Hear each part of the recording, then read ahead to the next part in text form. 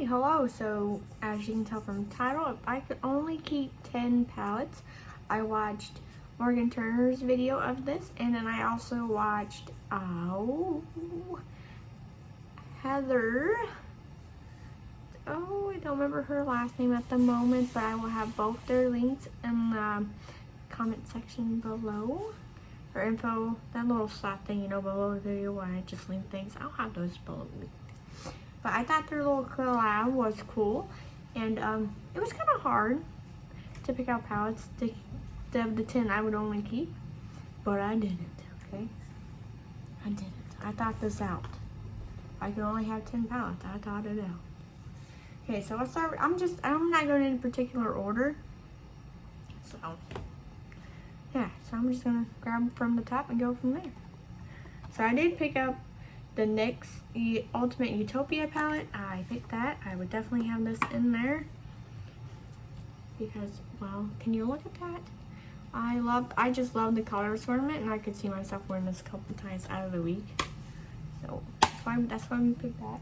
I just based on what I based it basically on what color stories I wanted, so I can match things, intertwine palettes, and then color stories I would just use, like constantly use, because you have some palettes you would use here or use there, you know what I mean?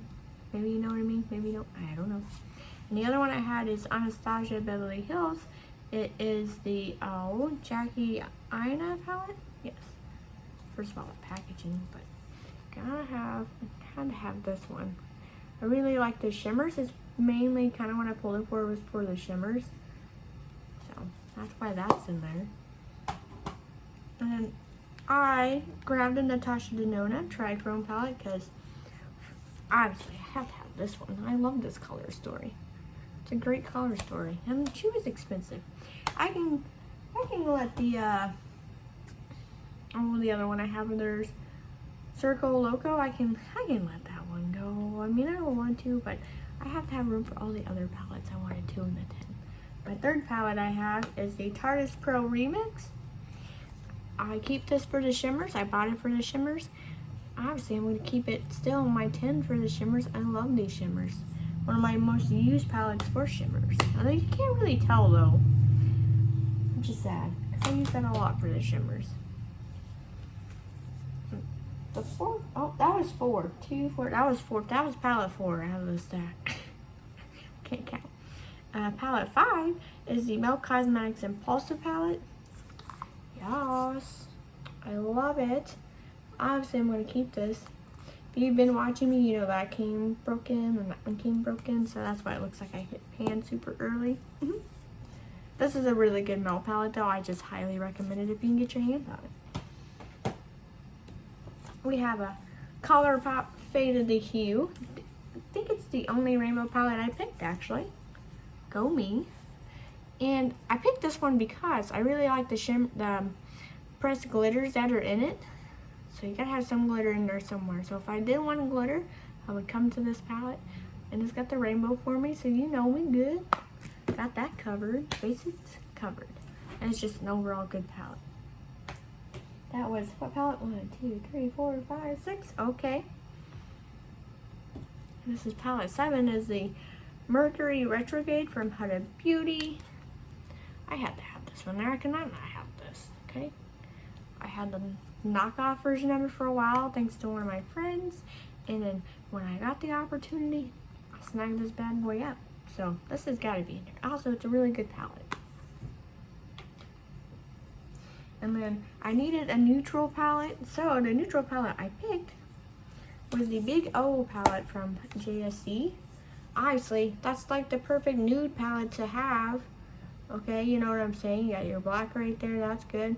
All the cream nude shades, browns you could eat, all in one palette. Obviously, I'm picking this one. That was the obvious one for me.